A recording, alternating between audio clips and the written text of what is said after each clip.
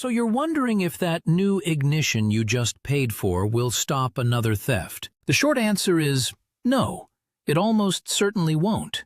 Not if all the shop did was the standard repair. The factory fix just resets a known weakness. It doesn't actually get rid of it. You see, this whole problem comes down to specific 2011 to 2022 Kia models and 2015 to 2021 Hyundai vehicles that were, built without a factory engine immobilizer.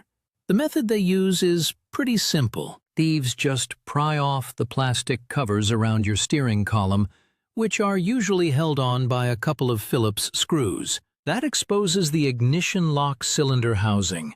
That part is made of a really soft cast aluminum, and they don't bother picking the lock. They just shatter that aluminum housing with a sharp hit. This gives them direct access to the ignition switch actuator. It's a small rectangular tab they can turn, with the end of a regular USB-A plug or a screwdriver to start the car. Now this is probably why you found your car the way you did.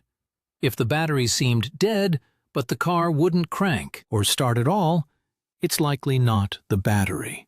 When they break the ignition, they often shatter the guts of the switch itself, or they crush the wiring pigtail against the metal steering column frame.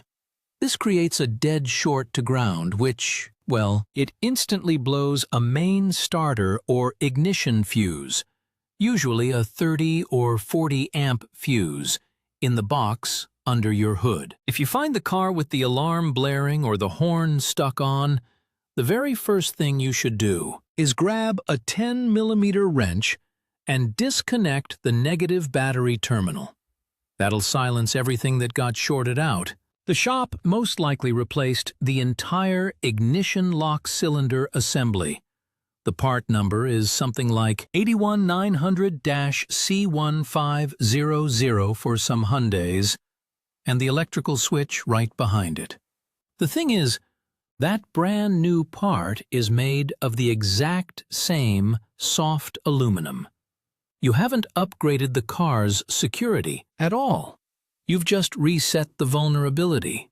You've put a fresh target right back in the same spot. The manufacturer does have a free software update available at the dealership. This patch is supposed to stop the starter from engaging, unless the car gets the unlock signal from your factory key fob. In practice, though, this software can sometimes conflict with aftermarket remote starters if you have one.